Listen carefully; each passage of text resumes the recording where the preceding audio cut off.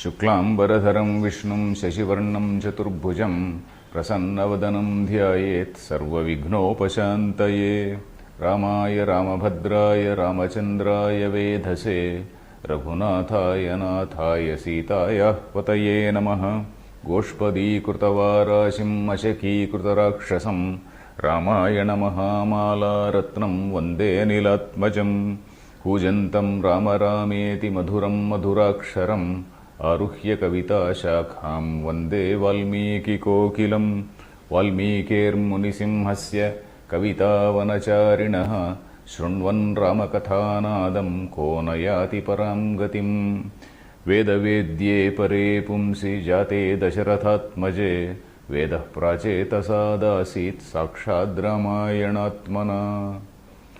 Our salutations to the divine persons Rama and Sita, personifying dharma. Our salutations to the mighty warrior Hanuman and to the great sage Valmiki, who has given us this nectar of Ramayana. May the sacred words of Valmiki resonate in our minds and hearts and bring us wisdom, peace and happiness. Om. Dear friends, we are following Vishwamitra, who is being followed by Rama and Lakshmana. Vishwamitra followed by Rama and Lakshmana and several sages sitting in bullock carts. They are traveling towards Mithila. Mithila only, where that King Janaka was performing some sacrifice. Then, and also to see one great bow. So that was the attraction. One great bow is there. Rama has to see the great bow. So en route, Vishwamitra is telling the stories. Vishwamitra is like a sort of guide, a tourist guide type of person who is now playing the role of a tourist guide in this particular context.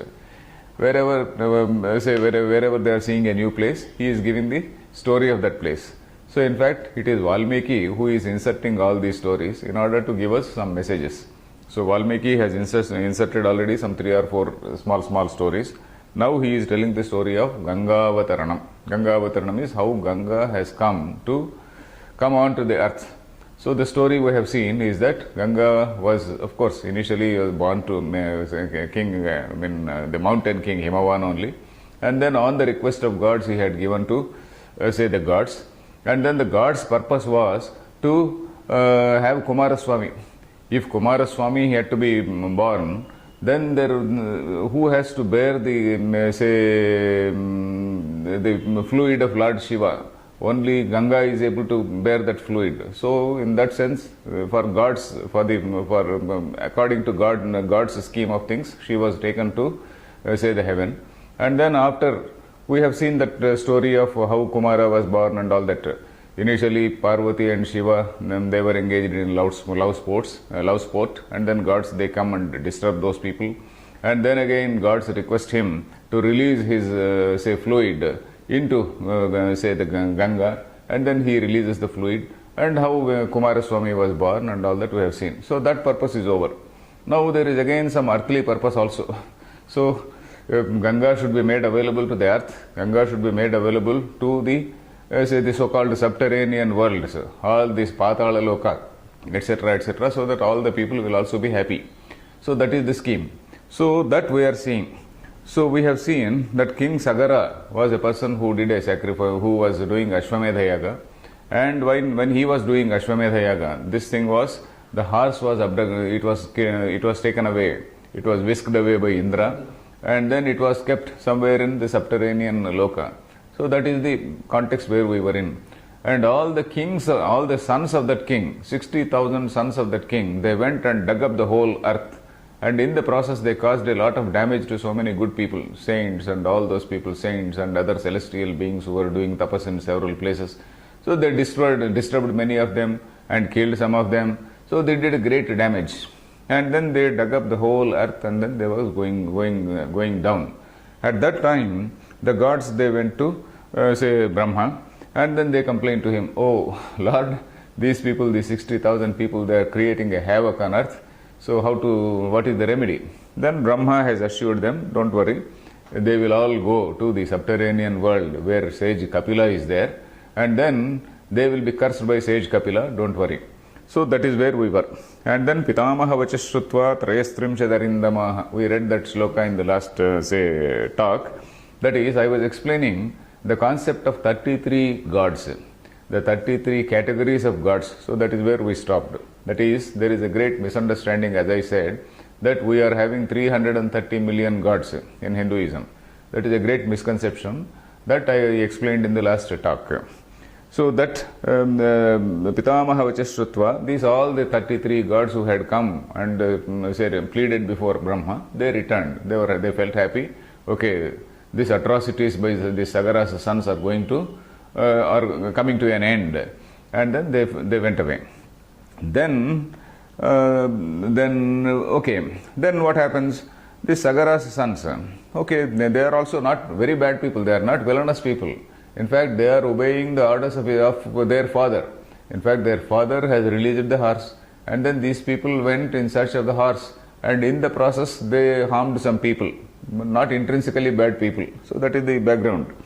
And then they went home because they searched the whole earth. They went home and then they reported, Parikranta mahi sarva sattvavantascha suditaha devadana varakshamsi pishachoragapannagaha. We have moved all over.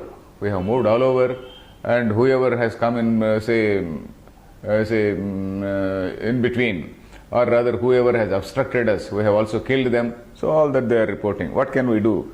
Kim karishyama bhadram te buddhiratra visharyatam. So you please tell me, what can we do? What shall we do further? So the king further says, no, you please do it again. And then go down, go deep, and then go further deep, and then go out to the subterranean regions. So that is what this King Sagara says, because he has started the yajna, and if he cannot complete the yajna, it was supposed to be a sinful thing.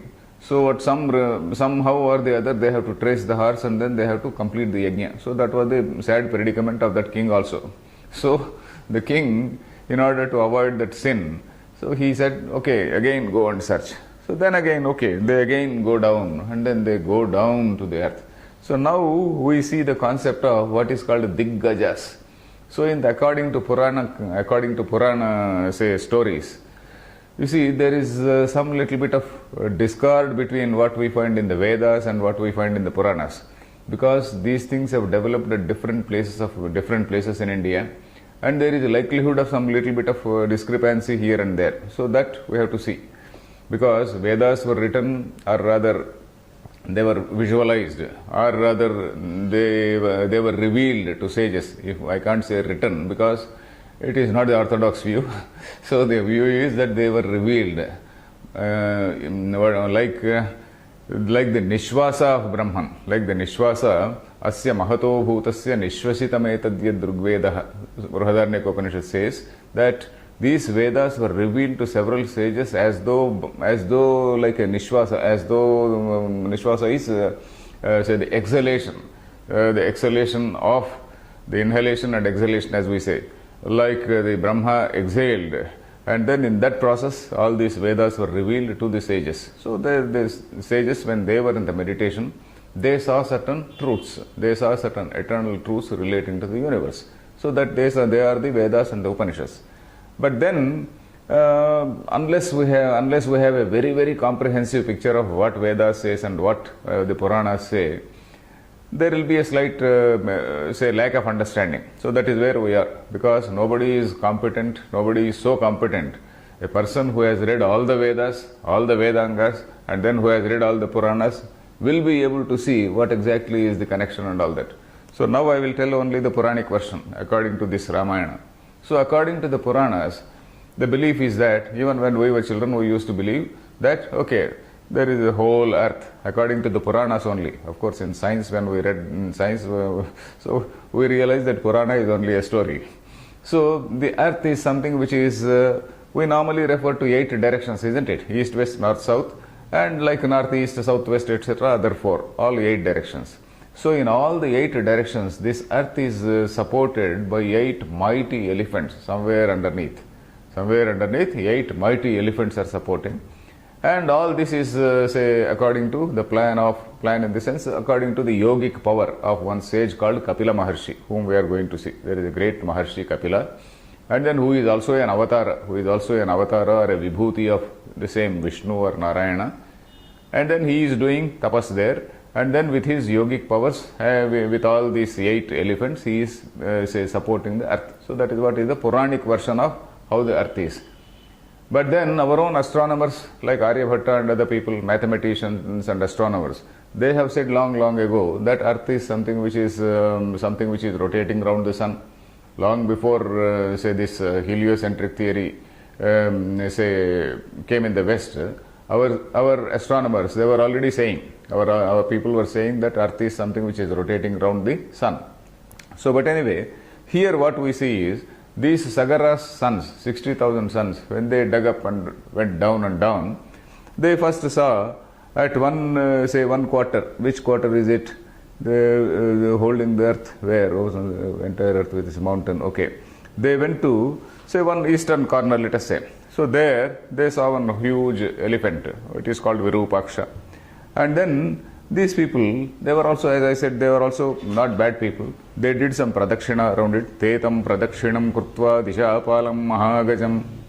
So these are the dishapalas. Dishapalaka, we call it dikpalaka also. Dikpalaka means the people who are supporting the earth on all 8 directions. So they did pradakshina around it. We know that say whenever you see some holy place or a holy person, we are supposed to do some pradakshina also. So they did some pradakshina. And then they went ahead. And then, of course, they did not ask, they did not inquire with that. They only did some pradakshina, they just touched it, and then they went ahead.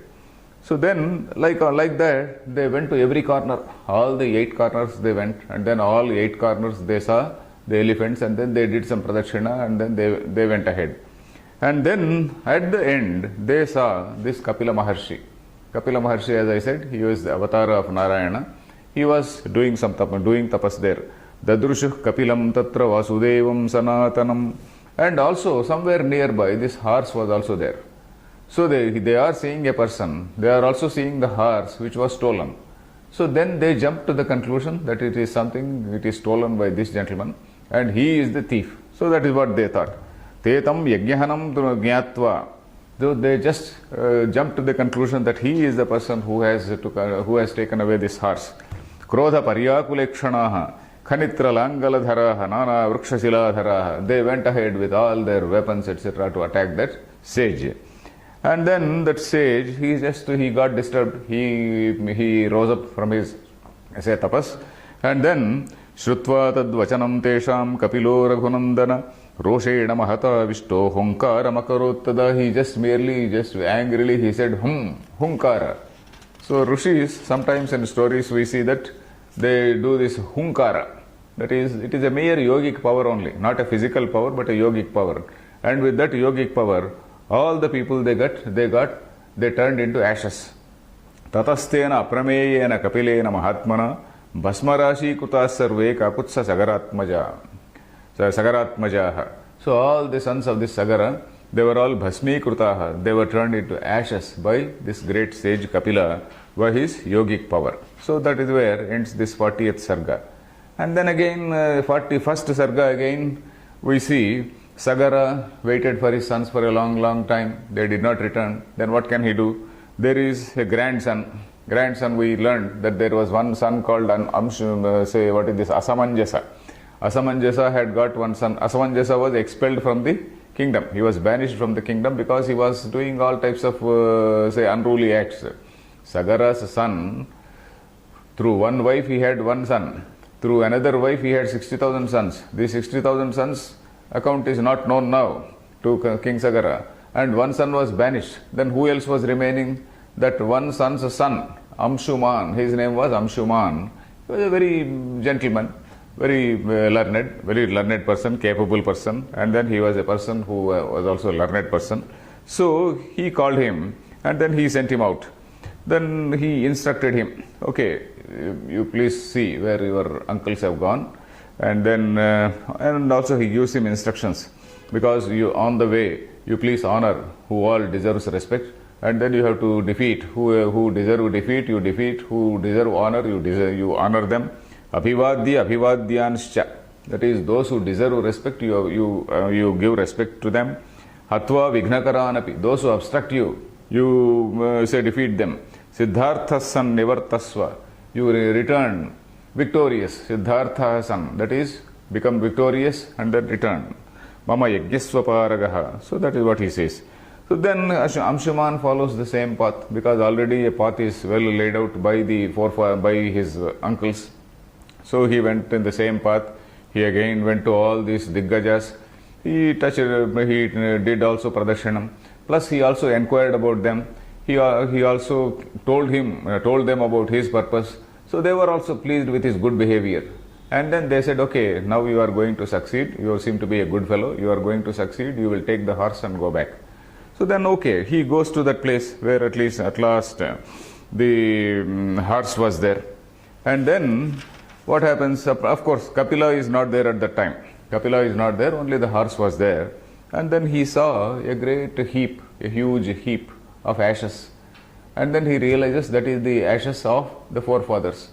And then he doesn't even say, at that time he was also told by these elephants that all these forefathers have been, not forefathers, uncles, have been turned into ashes. So he feels very, very bad. He feels very unhappy. And then Yagyancha hayam tatra charantam avidurataha dadarsha purushavyagro dukkashoka samanvitaha. So he saw that horse, but then okay, horse is traced, he is okay, it is okay. But then he saw all the uncles dead. And then he wanted to do Pitru Tarpana. Pitru Tarpana, I told you, Valmiki stops at every stage in order to teach us dharma. So here again he says Pitru Tarpana. You see, if his idea is merely to tell the story of Ganga coming to the earth, he will only tell the story. But en route, he is stopping and he is telling us what all has to be done. So, Satesham Rajaputranam Kartrukamo Jalakriyam. Jalakriya is that Pitru Tarpana. Then he did not find any, say, water source there. Nowhere nearby was there any water source. Then when he was just searching like that, he saw Garuda. Garuda is the vehicle of Lord Narayana. For some reason, Garuda was there, maybe to guide this gentleman. So Garuda, he gave a guidance. And he said, so don't worry, these people have been, turned into ashes by sage Kapila. And this is actually for the good of the world. In the sense that because these people have been turned into ashes, you are going to try for, heavenly Ganga to flow down. It is all for the good of the world. All this has happened. Do not worry. But these people, they cannot, if you just merely offer Pitru Tarpanam by ordinary water, it is not going to, save them. Only waters from Ganges can save them. So that is what he says. Because anybody who has died due to curse of a, Rishi, so that he has died because of some great sin only. Because a great Rishi has cursed him, it means that he has incurred his wrath, he has committed great sin. So such people cannot be revived, or such people cannot be saved, or such people cannot go to heaven when you give Tarpanam with ordinary water. So only with Ganga water you have to give Tarpanam. So all this is to highlight the importance of Ganga. Basically to highlight the importance of Ganga waters, that all this thing is being shown. What he says, Sachainam abbravidvakyam vainateyo mahabalaha mashuchah purushavyaghra vadhoyam lokasammatah. This particular destruction is for the welfare of humanity, that is what he says. Then salilam narhasi prajna datumesham hi laukikam. So laukikam salilam, that is ordinary water. Ordinary water will not be of any use to take them to heaven. Only Ganges has to be used. Ganga himavato jyeshtha duhita purushashrabha tasyam kuru mahabaho pitrunam salilakriyam. Pitrunam salilakriyam, Pitru Tarpanam, you please do with the waters of the Ganga. And then Bhasmarashi Krutanetan Plavayet Lokapalini. All these people at that time, they will go to heaven, and then all the people, their sins will be washed. So this discussion is basically to highlight, as I said. Then, okay, this Amshuman, he listens to that. He has no immediate plan of action to get Ganges, and so he comes back along with the horse and then reports to his grandfather, and somehow that yajna has been completed, but the king is very, very unhappy. Yajna is over, but then the king is very unhappy. So that is what is the picture. So that is where this particular sarga ends. And then the next sarga, that is 42nd sarga, what happens? Then Sagara also, over a period of time, he grieves for a long, long time. Not only grieves, he does some tapas. Agatva nishayam raja kalena mahata mahan trimshad varsha sahasrani rajyam krutva divangataha. He ruled for a period of about 30,000 years and then went to heaven. So here in Ramayana, we get certain terms like this: 30,000 years he ruled. Or we are going to see that he did tapas for some 30,000 years.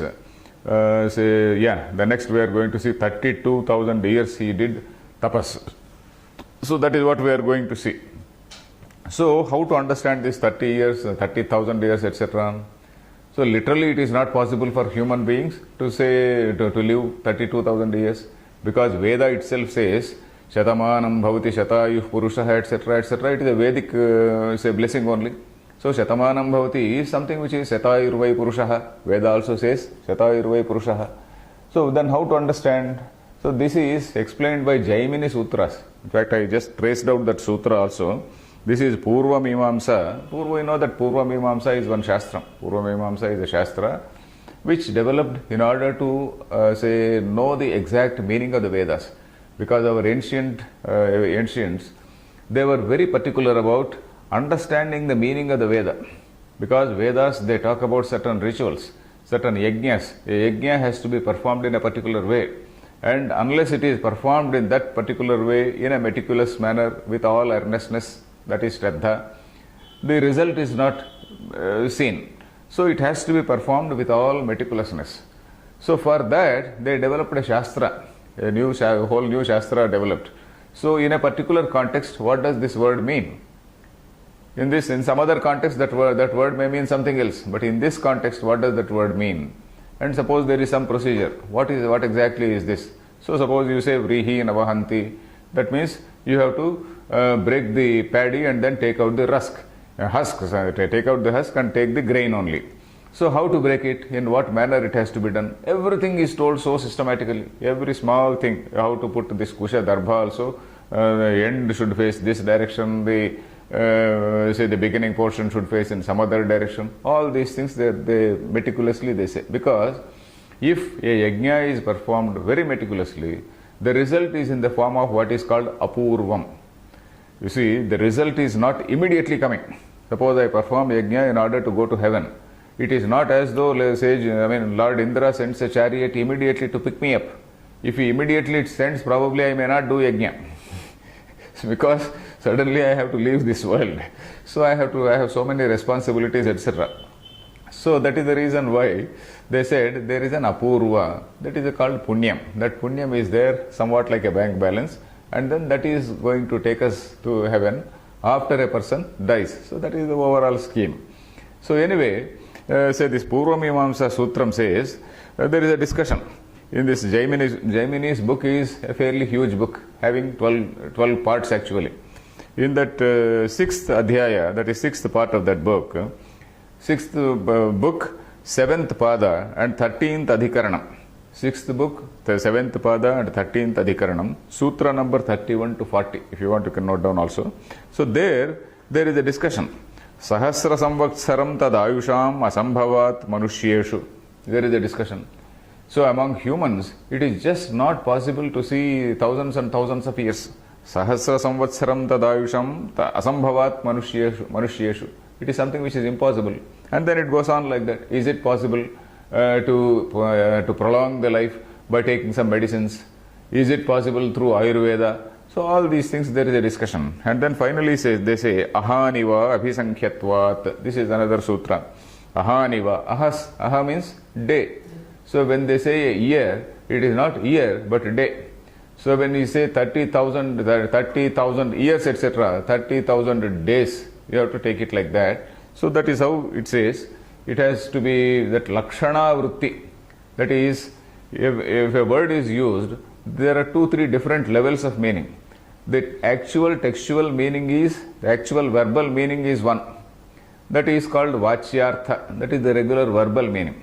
A slightly secondary sense, that is metaphorical sense or figurative sense. So that is the second level meaning. Then this is indicative of something else, suppose. That is called the Vyanjana Vritti. Abhidha, Lakshana, Vyanjana. There are 3 levels of meaning for a particular word, not for every word, depending on the person who uses it, depending on where it is used. So that way, not for every word. So for example, the standard example given is Gangayam Ghoshaha. That is village in the Ganges. You might have heard about this. Village in the Ganges. A village cannot be there in the Ganges. Village can be there in close proximity. So Gangayam Ghoshaha, when that expression is used, literal meaning is not taken. That is Vachyartha is not taken. So you take Lakshanikartha, that is a figurative meaning or a secondary sense. That is, it is so proximate, it is almost like in the Ganga. Then there is a suggested meaning also. It is very pure. Ganga is associated with purity. Shaitya Pavanattvadayaha, they say. That is all cool breeze, and then it is purity, and it is associated with purity also. It is such a pure place, sacred place. So something like that. That sacredness is something which is Vyanjana Vritti. That is the third level meaning. So that is what we see. So here we have to take the secondary sense, and then we have to take it as a number of years. So that is a number of days. So that is what the Purva Mimamsa says. If we take that Purva Mimamsa Sutra into consideration, this will be very, very logical for even modern people, modern listeners. Otherwise, modern listeners will say, oh, all this is something which is a cock and bull story. Okay. Anyway, so then what happens is, so after this King Sagara dies, then King Sagara's sons are not there. The only person left is this Amshuman, who has brought back the horse from the, say, subterranean world. So all people, they crown him as the king. And Amshuman also, he does some tapas for a long, long time. So again, what does he do? You see, Dvatrimshat Shatasahasram Vashrani Sumahayashaha. He did penance for 32,000 long years. But again, he could not get any result. He also passed away. And then he had a son named Dilipa. And Dilipa, he also did say tapas for a long time. He ruled actually. He ruled for about 30,000 years, it seems. And then tasya chintayato nityam dharmena viditatmana putro bhagiratho nama jagnye paramadharmikaha. Dilipa also say he ruled for a long, long years. And then he also could not do anything about getting the Ganges. Then Dilipa's son is one Bhagiratha. So this name Dilipa, we should not confuse with the King Dilipa who is there in Raghuvamsha. Raghuvamsham, there is a King Dilipa. Raghuvamsha actually starts with that King Dilipa only. King Dilipa, he follows that Nandini, Dhenu, etc., etc. So not that Dilipa. That Dilipa is a later person. This Dilipa is his predecessor, one of the earlier kings, in the same family, in the same, solar race, or Raghuvamsha as we call it. This Dilipa is older one. And the Kalidasa's Dilipa is a later one. Kalidasa's Dilipa is the grandfather of, great-grandfather of Rama. Rama's father is Dasharatha. Dasharatha's father is one Aja. Aja's father is one Raghu. And Raghu's father is Dilipa. So great-great-grandfather is that Dilipa. So we need not bother about that. So suppose somebody has heard the name Dilipa, they may think, okay, there is another Dilipa here, another Dilipa in Raghuvamsha. This Dilipa is much older one. So then this Dilipa, he also, he ruled for 30,000 years, but he also could not, and also did penance, but he could not get Ganges. And he had a son named Bhagiratha. So we are now coming to the main person who succeeds in getting Ganges. So now we see, then this Bhagiratha, he is also a Rajarshi, Dharmiko Raghunandana, Bhagirathasthu Rajarshir Dharmiko Raghunandana. He is a Rajarshi, He is a dharmika. And then Anapatyo Maharaja, of course, there is incidentally he did not have children also. And then what did he do? He entrusted the whole kingdom to the ministers. Mantrishvadhaya tadrajyam Gangavatarane ratah. His duty was to get the sacred waters in order to purify his forefathers. So here all through we see that Pitru Runam is something which is very highly mentioned.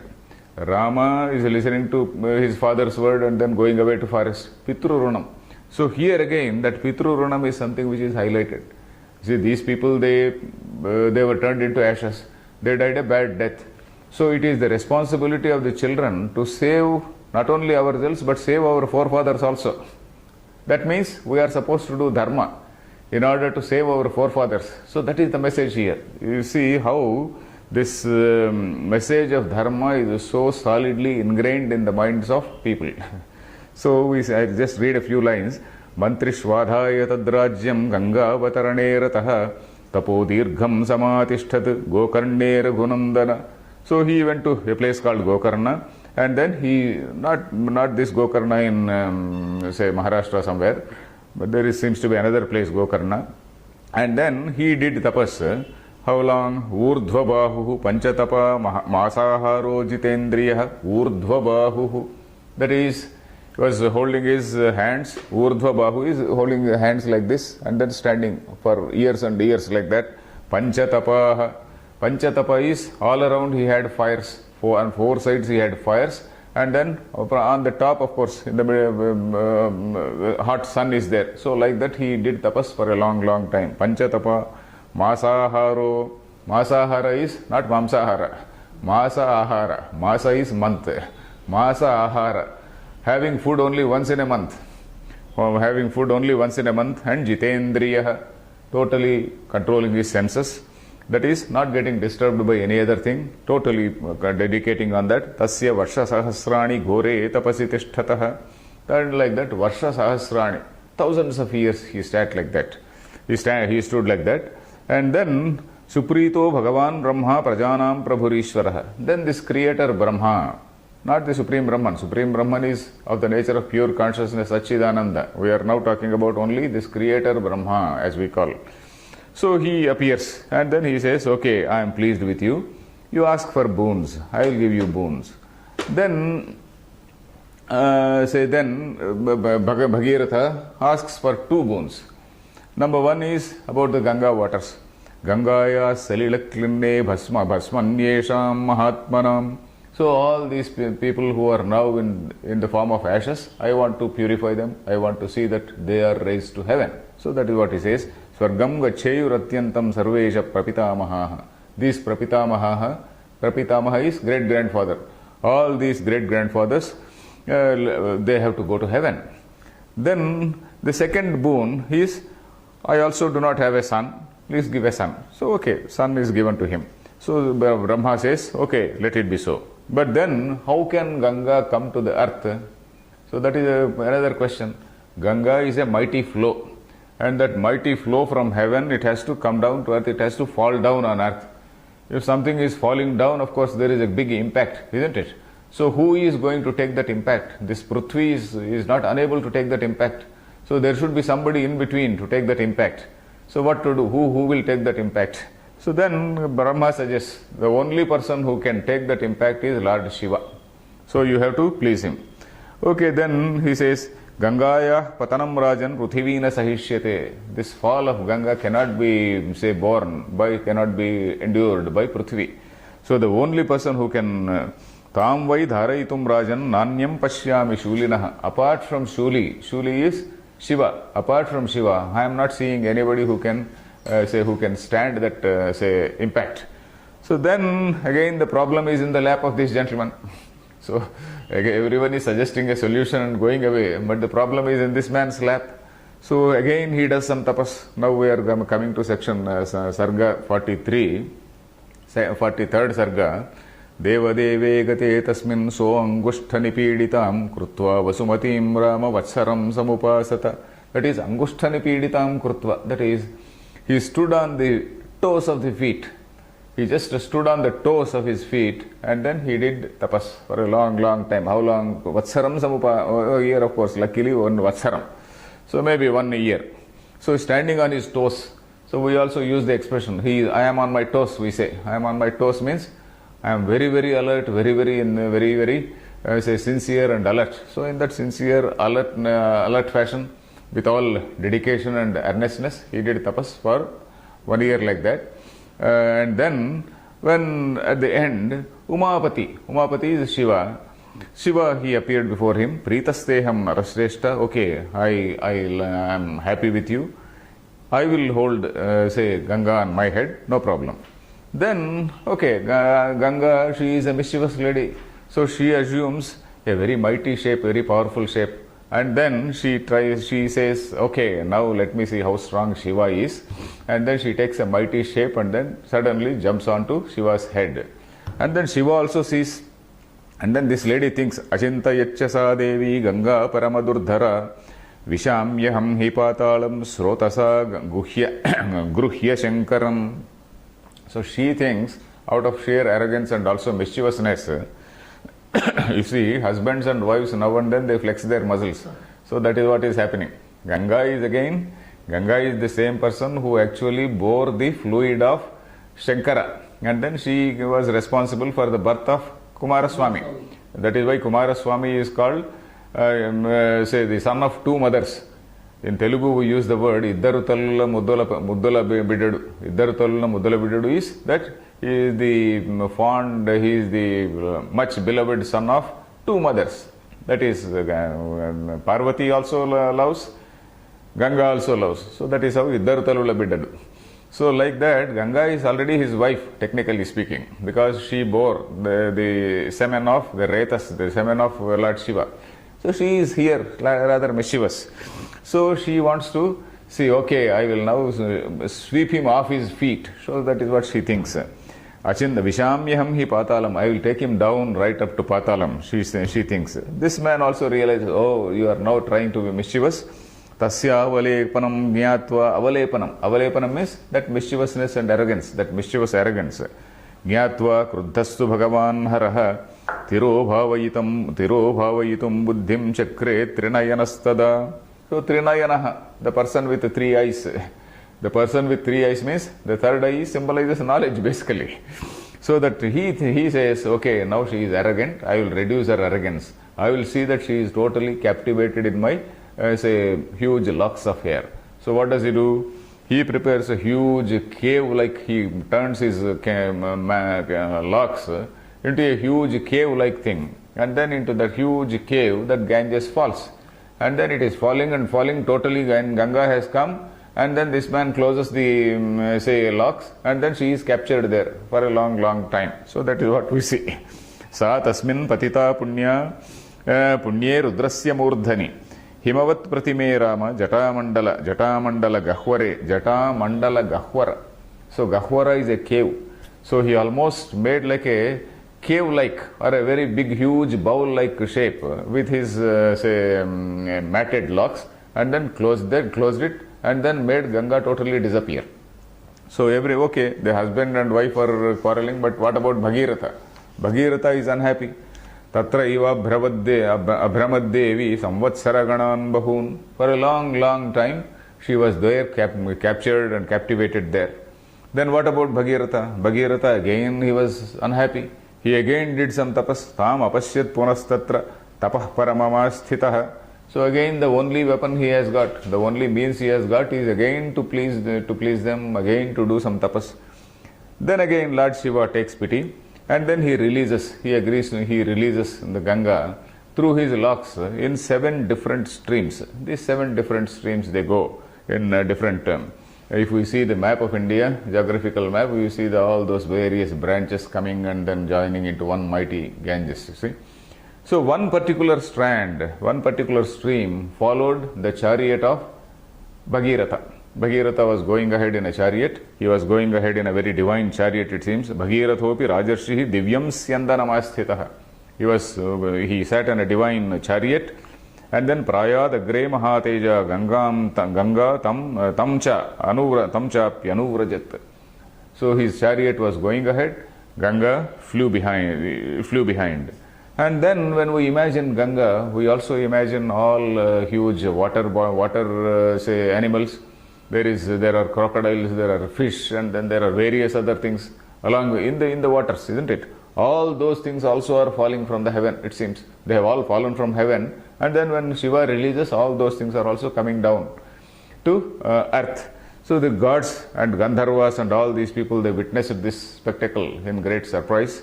They all witnessed it, and then they felt very happy. And then this description of these water animals, etc., Valmiki does in some detail. And then he also describes the flow of Ganga. The flow of Ganga, at times it is taking different shapes and in different speeds. It is moving, it is taking different shapes at different places and moving in different speeds, and also up and down. Kvachid drutataram yati, kutilam kvachid ayatam. So at some places it goes fast, at some places it goes slow, sometimes it goes in a crooked way, sometimes it becomes wide, and then sometimes it goes down, sometimes up, etc., etc. In so many different forms it goes. So probably it all looks as though a huge effort was made by a succession of kings in order to channelize Ganges waters. We do not know. Maybe all this is in the collective memory of say mankind, or rather collective memory of the people. You see, all this, for example, Ganga, something which is originating from Himalayas, and then some people, they try to channelize probably and then bring it into the shape of a mighty river, like we are seeing nowadays, building some huge dams and then creating canals, etc., etc. Maybe in those days probably they did a lot of tapas is what is tapas? Tapas is a great effort. So the mighty effort they put in, some 30 years, one man puts in 30 years, another man puts in another 32 years, another man puts in another 30 years. So like that, over a period of time. So maybe all that Ganga was channelized into the present shape. We do not know. So all this could have been a very great historic effort to channelize Ganga. It could be so. Then all the rishis, Gandharvas, etc., all sages, they saw that, and then they touched the holy water. Tatrarshi gana gandharva vasudha talavasinaha bhavangapatitam toyam pavitramiti pasprushuhu. That is the 26th shloka. Then all the sages who were there residing on earth, all the people, they were all pleased that bhavangapatitam toyam, that is the water which is coming from the limbs of Shiva, from the head of Shiva, something which is very, very sacred. So they touched that water. And then mudito lokaha. So the whole universe, the whole world was very, very happy. All the people were very, very happy. Then in between, again this Ganga does a small mischievous thing. Ganga, she flew over one Yajna Vatika means one particular sage named Jahnu. That Jahnu Muni, he was performing some yajna. And then if one has to perform some yajna, there is a small yajna dais, and then some yajna Vedika, where we say that sort of place where oblations are offered. Then Ganga came in a huge flow and then it swept it off. Then the sage got angry, and then he drank the whole waters of Ganges. So he drank the whole waters of Ganges. Then again gods persuaded him. Of course, this time Bhagirath does not do any tapas. Bhagirath requests him, and then all the gods, etc., intervene, and then they request him. This is in the interest of the world. Please release, Ganga. And then that Jahnu Muni, he releases Ganga through his ear, it seems. And then through Jahnu Muni's ear, it comes out, and then it again goes on. And then from there, it reaches the subterranean region called Rasathala. So maybe all this has to be symbolically understood. As I was saying, this Vedic symbolism is one thing which is very strong in Ramayana. Because Ramayana, in the very beginning, they say, Vedopa Brahmanarthaya, that is to elaborate the meaning of the Veda. So whatever some mantras are there in the Vedas, so those mantras, they may be relating to certain astronomical phenomena. So those astronomical phenomena has to be explained. They are being explained in the form of a story. It could be so. So that is why we get such wonderful stories. So but anyway, So this is again to describe the glory of Ganga.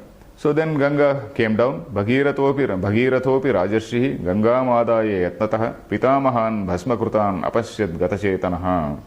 Then he drove directly to Rasatala, and then all the waters, they reached this Rasatala, and then the people, they were all rescued, and then they were all raised to heaven. So then the next section is totally about Brahma complimenting this Bhagiratha. Sage, this Lord Brahma, he appears, and then Lord Brahma, he appears before this Bhagiratha. You are really a great person, and then you have done such a great effort. Whoever does very great effort, there is an idiomatic saying in India, probably in all languages, where Bhagiratha Prayatnam we say. Bhagiratha Prayatna is very great effort. He did that Bhagiratha Prayatna, very great effort. So this Bhagiratha became synonymous for any great mighty effort. So here Brahma says, Iyam cha duhita jyeshtha tava ganga bhavishyati tvatkrutena cha namna thaloke sthasyati vishruta. So he says, this Ganga will also be called Bhagirathi. We know the word called Bhagirathi. Bhagirathi comes from the name Bhagiratha. Bhagiratha is the king. Because of Bhagiratha's effort, it has come down to earth. So it is called Bhagirathi. She will also be a daughter to you. She will be considered as a daughter to you. Yam duhita jyeshtha. Jyeshtha duhita. Duhita is daughter. Then pitamahanam sarvesham tvamatra manujadhipa kurushva salilam rajan pratignyam apavarjaya. Brahma also says, now, O king, you offer your oblations of water to all your grandparents and great grandparents, so that they will all be saved. So then Amshuman and he also says, Brahma also says, Amshuman was such a great man, and he did tapas for a long number of years, but he could not achieve Ganga. Dileepa also could not do. Dileepa also, he was very pious man. And he says, Dileepena Mahabhaga Tava Pitra Titejasa Punarma Shankita Netum. Though your father was such a great man, even by him, it could not be done. And you have achieved all this. So, good betide you. So that is what he says. He blesses him and goes away. And then Vishwamitra finally says, okay, now I have told you the entire story of Ganga. Here, of course, the story of Ganga comes to an end. He says, then there is what is called Phalashruti. At the end, there is what is called Phalashruti.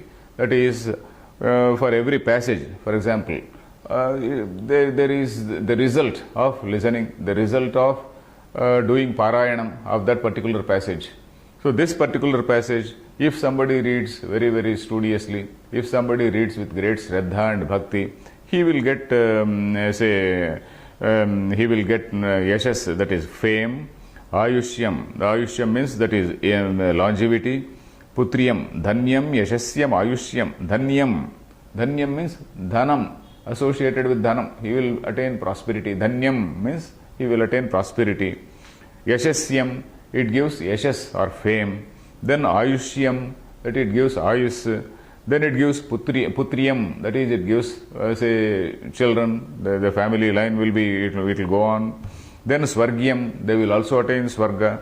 Then Yash Ravayati Vipreshu, Kshatriyesh Vitareshu Cha. Yash Ravayati Vipreshu. Whoever recites this in the company of all the people, who let them be Vipras or Kshatriyas or Itara, Kshatriyeshu, Itareshu Cha, and all other people also. Priyante Pitarastasya, Prayante Daivatanisha. All the forefathers are pleased. The forefathers of the person who reads and the person who listens, the forefathers are all pleased. Priyante pitarastasya. Then idam akyanam ayushyam gangavataranam shubham. So all this gangavataranam is ayushyam. It gives longevity. Then yash runoti chaka kutsa sarvan kamanavapnuyat sarve papa pranashyanti ayuh kirtisya vardhate. So a person, ayuhu and kirti, he will have longevity, and then he will also have fame. I think we will stop here, and then we will continue in the next talk. Harihi Om Tat Sat.